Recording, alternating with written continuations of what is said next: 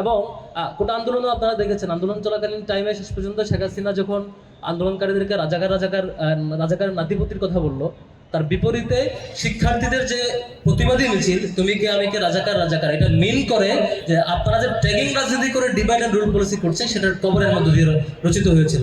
এটা স্ট্যাটায়াল প্রতিবাদী ছিল আমাদের দিক থেকে। সেদিন সন্ধ্যায় নাহিদ ভাইয়ের সাথে কথা হচ্ছিল যে ভাই কি করা যায়, তখন আমরা ডিসাইড করে রাতে 11টায় একটা মিছিল করা দরকার, প্রতিবাদী মিছিল। সিদ্ধান্ত নিয়ে সেদিন রাতে যে প্রতিবাদী মিছিল আপনাদের সদস্যদের সমর্থন ছিল, সেদিন আওয়ামী লীগের যে ডিভাইড এবং রোল পলিসির যে স্ট্র্যাটেজি ছিল দীর্ঘদিন ধরে, সেটার কবর রচিত হয় এবং তারা আওয়ামী লীগ সেদিন ভয় পাইতে থাকে।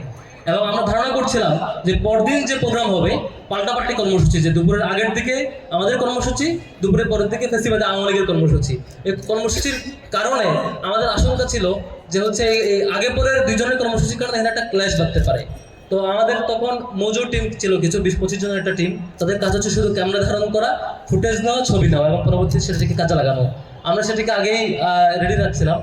শেষে সেটাই হয়েছে, আক্রমণ হয়েছে।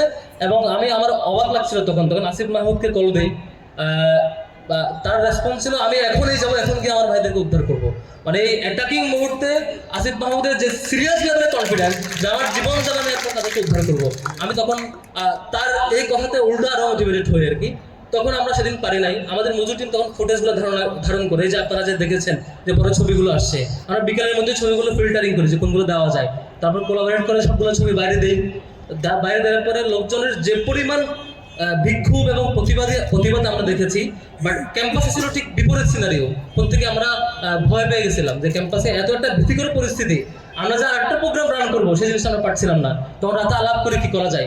এদিকে আমাদের তখন সভাপতি ছিল সাদিক কাইম ভাই, আবার আমাদের সাবেক সভাপতি সিবতুল্লাহ ভাই, দুজনে বলছিলেন যে কোনো মূল্যে এখান থেকে মনোবল আমাদের ফিরিয়ে আনতে হবে, নয়তো এখানে আমাদের আন্দোলন এখানে শেষ। কিভাবে মনোবল ফেরানো যায়, এদিকে নাহিদ ভাই এবং আসিফ ভাই তারাও কমিটেড, যে কোনোভাবে আমাদের মনোবল ফেরাতে হবে।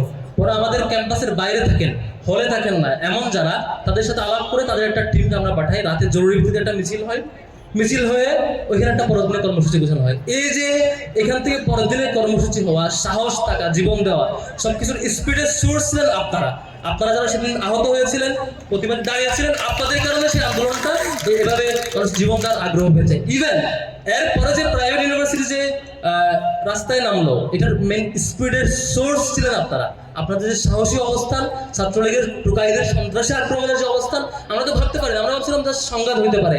আমরা দেখেছি যারা টুকাই নিয়ে আক্রমণ শুরু করে, তার বিপরীতে আমাদের নারী শিক্ষার্থীদের, আমাদের আপুদের, আমাদের ভাইদের যে অবস্থান ছিল, সেখান থেকে আমরা আগ্রহী হয়ে মোটিভেটেড হয়ে পরবর্তীতে আমাদের লিডিংয়ে যারা ছিলেন তারা যেমন মোটিভেটেড ছিলেন, সারা দেশের প্রত্যেকে মোটিভেটেড ছিলেন। আমরা যেমন হিরোদেরকে স্মরণ করবো এবং হিরোদের আক্রমণের মুখোমুখি পরবর্তীতে প্রাইভেট ইউনিভার্সিটি যে সকল ভাইয়েরা আন্দোলনে নেমে গেছিলেন তাদেরকেও নিশ্চয়ই আমরা স্মরণ করবো। তারা মাঠে নেমেছিলেন বলে পরবর্তীতে আমাদের 9 দফা দেওয়া কিংবা 9 দফা কন্টিনিউ করা সবগুলো সফল হয়েছে। ছাত্রশিবির আমাদের দিক থেকে আমরা বেশি কিছু করি নাই, আমরা দলমতের পরিচয়ের ঊর্ধ্বে এসে আমাদের যেটুকু রিসোর্স ছিল আমরা চেষ্টা করেছি ফ্যাসিবাদী আওয়ামী লীগের বিরুদ্ধে আমাদের যতটুকু কন্ট্রিবিউট করা যায়।